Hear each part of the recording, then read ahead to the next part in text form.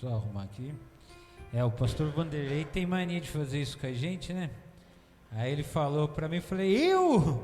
Ele falou, já é aniversário de sua mãe, prepara uma palavra, uma homenagem, junta tudo, junta o útil ao agradável. Eu falei, isso não é tão fácil assim não, do jeito que você tá falando, né? Parece fácil. Mas amém. E aí eu fui orar, né? Falei, Senhor, o que nós vai fazer agora? Como que nós tem que falar alguma coisa para pastor e para o resto do pessoal que está aqui? Como que a gente vai juntar tudo isso? E aí o Senhor começou a trazer uma palavra do meu coração, espero que vocês entendam da mesma forma que eu entendi. E eu falei, Senhor, como vamos ligar isso então? E aí ele começou a me trazer à memória os discípulos de Jesus. Pastor é uma boa discípula, né? Tem os discípulos de Jesus. Para quem já assistiu The Chosen, né? Aquilo ali ajuda a gente a lembrar um pouquinho mais do discípulo. O Jim, dá uma ajuda aí. Deixa eu ver se a gente vai conseguir aqui pôr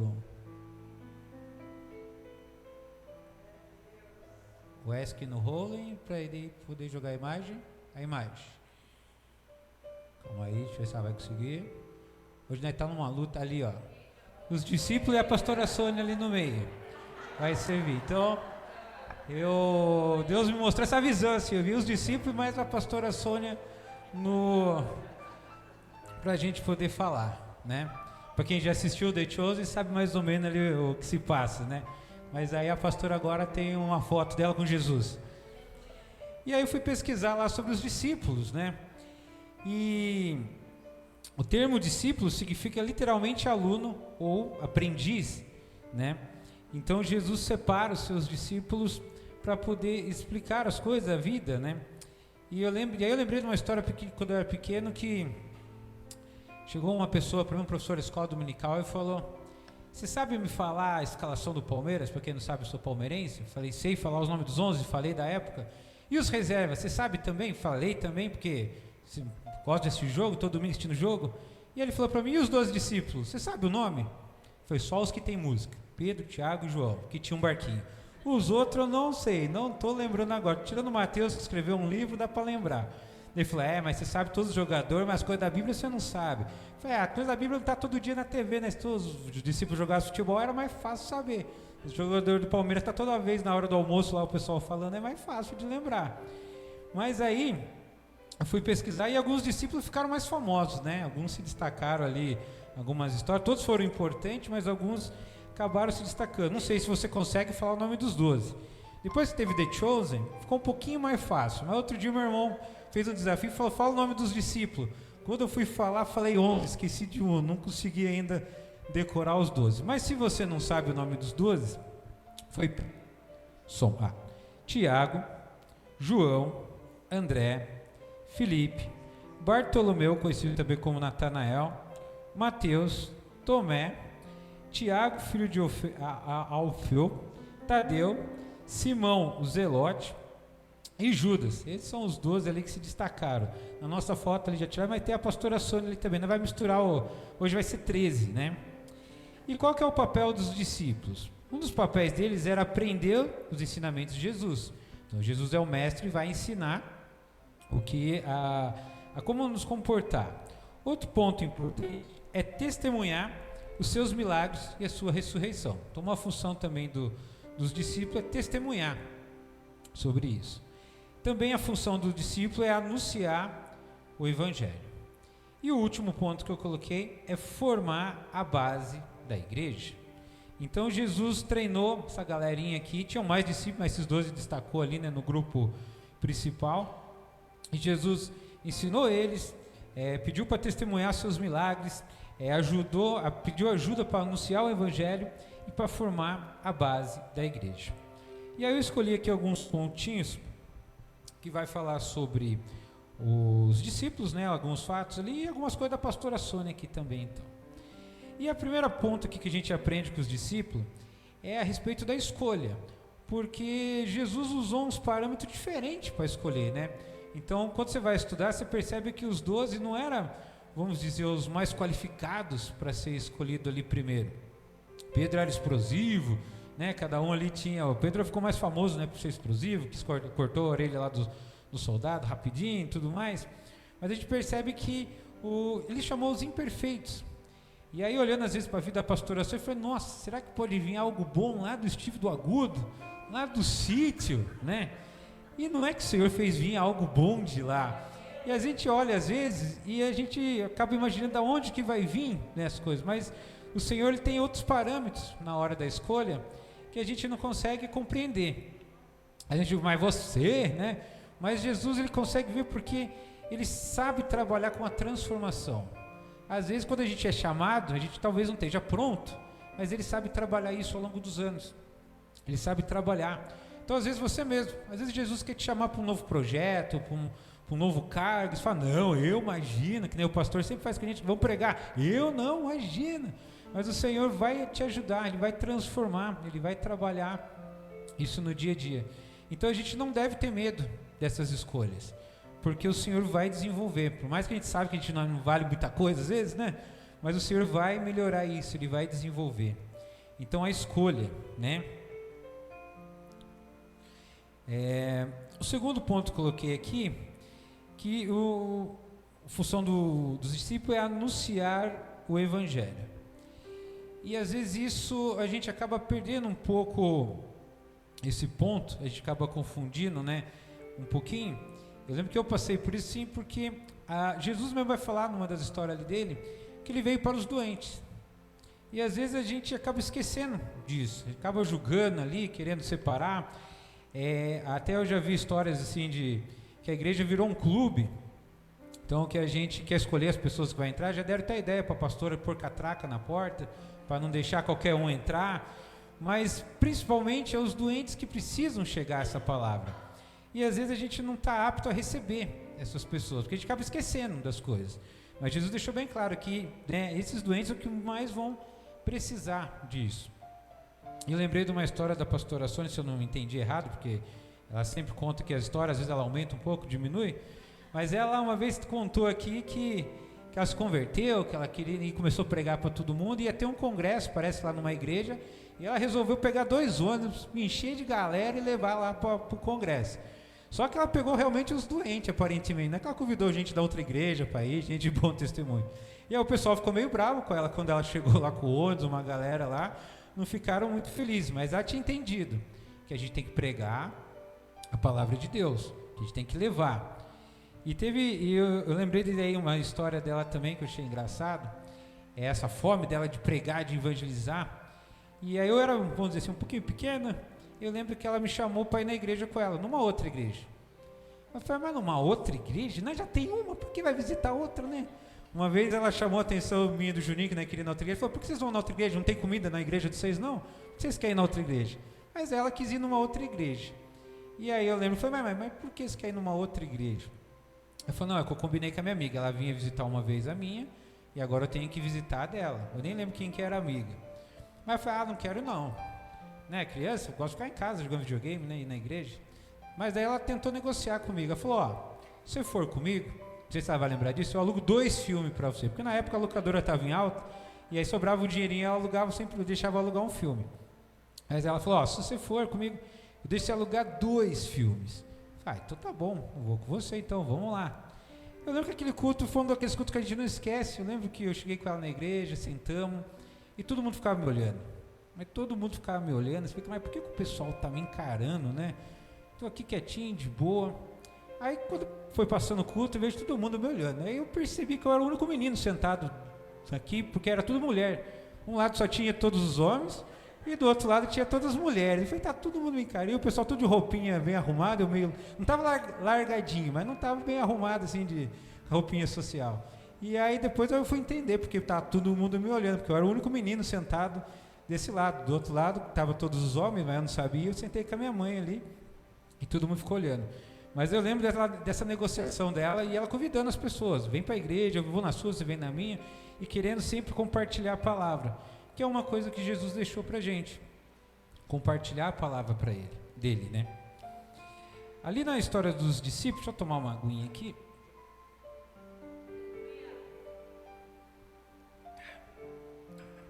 Nas histórias dos discípulos, tem 2 deles que ganhou um apelido. E aí eu lembrei da pastora, às vezes aqui, lembro dela, que fala dos filhos do trovão.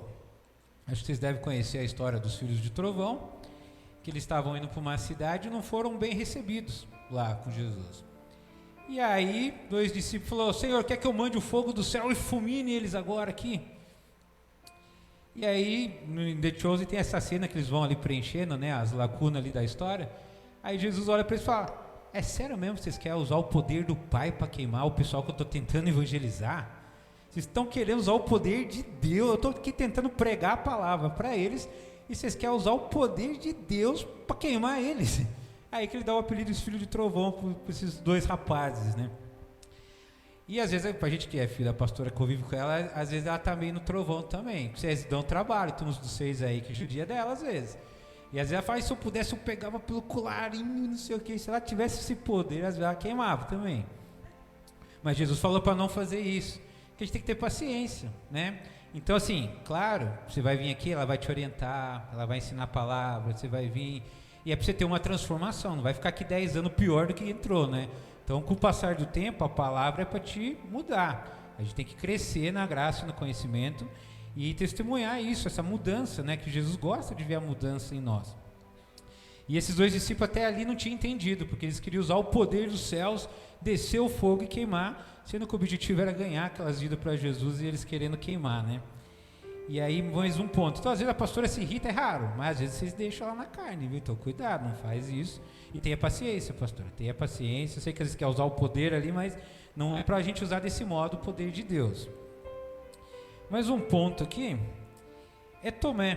Tomé também ficou um cara conhecido, famoso ali nas escrituras, mas acho que coitado ficou às vezes mal julgado, né?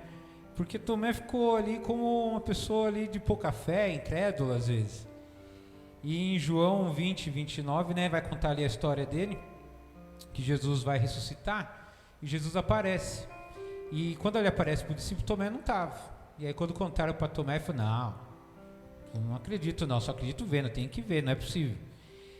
E Jesus vai falar ainda aqui, ó: porque me viste, Tomé, creste, quando ele encontra, né? Mas bem-aventurado é os que não viram e creram. E aí eu fico pensando o que aconteceu com Tomé ali, porque ele deve ter visto Lázaro ressuscitar, mas ali naquela hora não bastou. Ele viu Jesus fazer milagres, curar pessoas e tudo mais, mas naquele momento ele falou: não, só acredito vendo, não é possível. E eu percebi que às vezes acontece isso com a gente mesmo vendo aqui os milagres da igreja, lendo a Bíblia e tudo, chega uns dias que a gente esquece, fala: não é possível, acho que Deus não vai fazer isso, a gente acaba esquecendo. E eu passei por isso.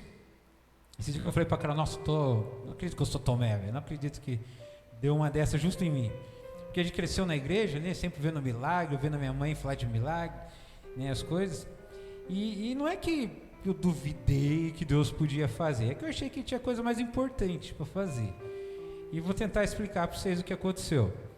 Eu tinha traçado uma meta que ela ia se concretizar depois de 5 anos. E quando chegou janeiro, eu tinha dado 4 anos dessa meta já. E essa meta ali, vamos dizer, caminhando bem. E aí cheguei para cá e falei: olha, esse é o último ano dessa meta. E assim, eu consegui concluir 80%, vamos dizer assim, da meta até então. Só que acho que não vai dar para atingir o 100%. E né, se ele concluiu ou não concluiu, não ia mudar nada para ninguém, vamos dizer assim. Estava tudo certo. Mas eu sou aquela pessoa que quando começa eu gosto de terminar, de fazer. Então eu gosto de concluir. Não era nem tanto isso, mas é a sensação de concluir a meta. Falar: eu peguei 5 anos, fiz isso aqui certinho. E aí foi para: acho que não vai dar, eu estou me esforçando, tive uns contratempos, aí estou tentando recuperar o perdido ali dessa meta, mas não está dando, não vai dar. Cara, não, Deus vai te honrar, Ele está vendo como você está se esforçando e você vai conseguir sim. Eu falei: não, já tentei, já corri atrás, assim, não vai dar aqui, ó. Se não é contar os meses aqui para fazer, não vai dar para fazer. Ele falou: não, Deus vai te abençoar, eu tenho certeza, Deus vai prover, você vai ver, Deus vai fazer um milagre. Eu falei: não, já tentei aqui, não tem como fazer, entendeu? Mas tá tudo bem. Tipo, ela falou: mas você já orou? Eu falei: não vou nem incomodar Deus com isso, que é uma meta ali minha, mas tipo assim, se concluir ou não concluir, não vai mudar nada para ninguém, não vai atrapalhar nada da nossa vida, tá tranquilo. Não, você tem que crer, você vai ver que Deus vai, até dezembro você vai ver que Deus vai fazer isso. Não vai nada, tem coisa mais importante para Deus fazer, né? Isso aqui eu entendo que eu queria fazer, mas não é uma coisa assim, nossa, como eu preciso, né? Eu vou orar, fazer jejum, as campanhas, 12 dias no monte, isso não precisa. E aí a Carol falou isso em janeiro. E foi engraçado, gente, porque assim, a gente vai tentando concluir, mas falei, não vai dar, mas tá tudo bem. Assim, triste por não concluir, mas tá tudo bem. Mas foi engraçado que estamos no mês 4 e o Senhor repôs o que tinha sido perdido e ainda acrescentou mais do que eu podia imaginar. E quando eu recebi isso, eu falei, não é possível, Deus. Tipo, você tem tanta coisa, tem tanto pedido ali na frente, Pai, como que você vai fazer isso? Eu não sei nem como agradecer, o que dizer, o que fazer. Mas eu lembrei que umas coisas que a gente tem que fazer é crer, mesmo sem ver, tem que crer. E aí eu vi que o tema do ano desse ano da igreja, e é uma coisa que os discípulos precisam viver, a dependência de Deus. Não importa quanto a gente se esforce, claro que ele vai ajudar, mas se Deus dá aquele empurrãozinho, aquele toque dele é diferente. Por mais que você trabalhe, faça tudo, estude, quando Deus está no propósito dele, ele quer ajudar, é diferente o resultado final. E aí eu percebi, eu vi isso ao passar dos anos na vida da pastora, eu quero depender de Deus. Depois que eu casei, eu tenho que viver agora a minha própria dependência, porque eu dependi da minha mãe para tudo, e agora tem que ralar eu com a Carol, né, para sobreviver, mas assim, é ralar junto com Deus, é gostoso, sempre tem uma boa história para contar, por mais difícil que seja, né? Até esse tempo atrás a gente aprendeu com o Wilson aqui que deserto é lugar para se passar, não é para se morar. Então às vezes nós vai estar no deserto, mas você passa, vai passar, tem que crer, mesmo que você não esteja vendo o final ali do deserto, mas vai passar. E foi isso que aconteceu com o Tomé, coitado. Ele é um cara que acreditava, seguia, viu tudo, mas por um segundo ele esqueceu, acho que das coisas que viu, ou que podia acontecer, porque Jesus já estava dando sinais, né, que ia acontecer isso. Mas ele acaba esquecendo, e isso acontece às vezes com a gente acaba esquecendo ali um pouquinho.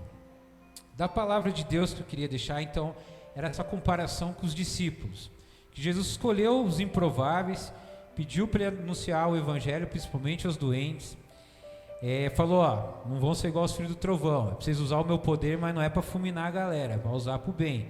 Meu sogro aqui também, ele fala, se eu tivesse poder, ainda bem que Deus não deu esse tipo de poder para ele, porque senão ele estava perdido. E nós não pode ser também igual Tomé, né? Tem que ver para crer, não, tem que crer sem ver. Sei que às vezes é difícil, mas tem que crer sem ver. E aí o quinto ponto que eu coloquei é a dependência. O grande segredo está na dependência de Deus. Então, se você comparar a vida dos discípulos, eles dependiam o tempo todo de Deus. Eles não tinham muito dinheiro, era um negócio ali contado, mas era Deus provendo. Você vai lá para o Velho Testamento, era Deus provendo. E você vir para os dias de hoje, era Deus provendo. Deus vai prover. E não precisa ver para crer, confia em mim, tô falando, Deus vai prover. Sempre que tiver um grande desafio, às vezes não provê na hora, que nem eu já preguei aqui, não é na hora que você quer, né? Mas uma hora ele vai prover. E falando da nossa querida pastora Sônia, a gente tentou fazer um videozinho aqui para quem não conhece muito bem a história dela, não acompanhou tudo. E aí a gente fez um videozinho ali, né, da nossa discípula, porque eu falei, pode vir algo bom lá do Steve do Agudo? E a resposta é, pode vir algo bom de lá. Gi, vai preparando aí pra gente aí. E aí, pastor, é o seguinte, a gente tá tentando fazer, mas tipo assim, até de última hora, não que foi de última hora, mas até que não consegui juntar a ideia e exercer. Essa é uma produção dos estúdios Manula, com parceria da Carol e do Rafael. E a gente ficou tentando fazer esse videozinho. Deu pra pôr aí, gente? Tem que cortar o ESC de novo.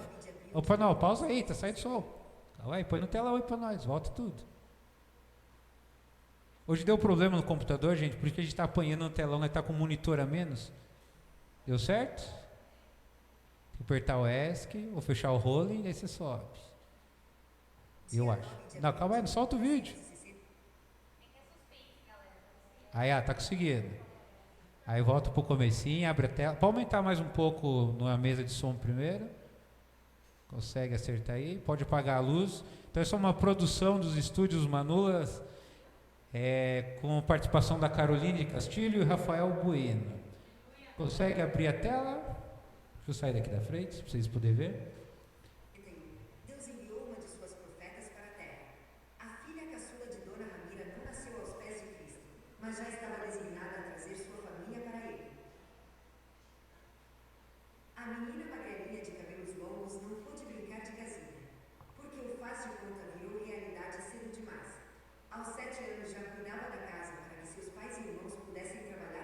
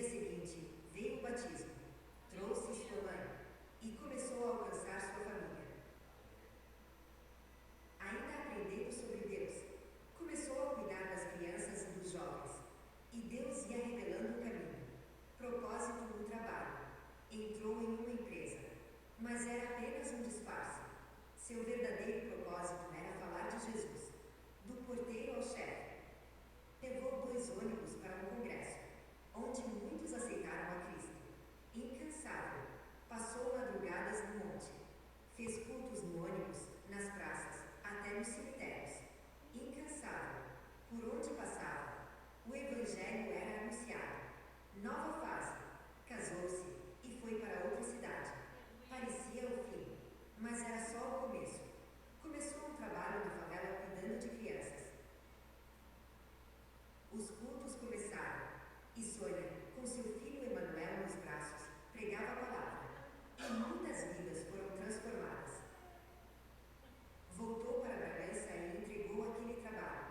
Mas Deus ainda tinha mais. Lembrou de uma congregação e decidiu servir, mesmo prometendo não se envolver mais. Deus tinha outros planos.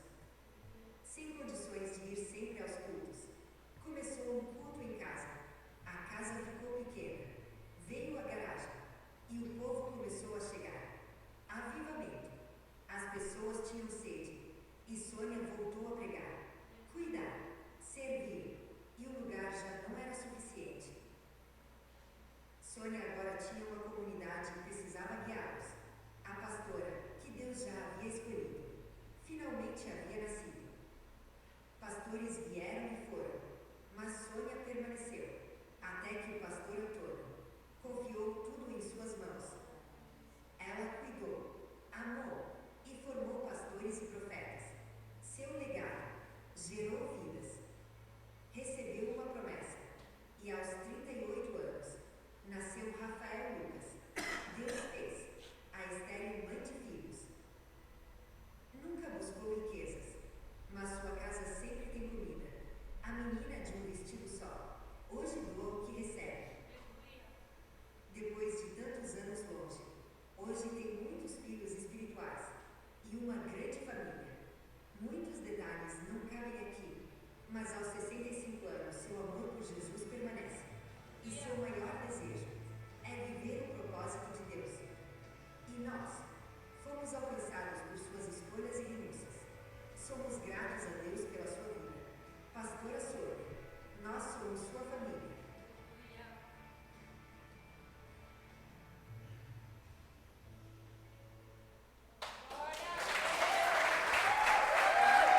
Amém.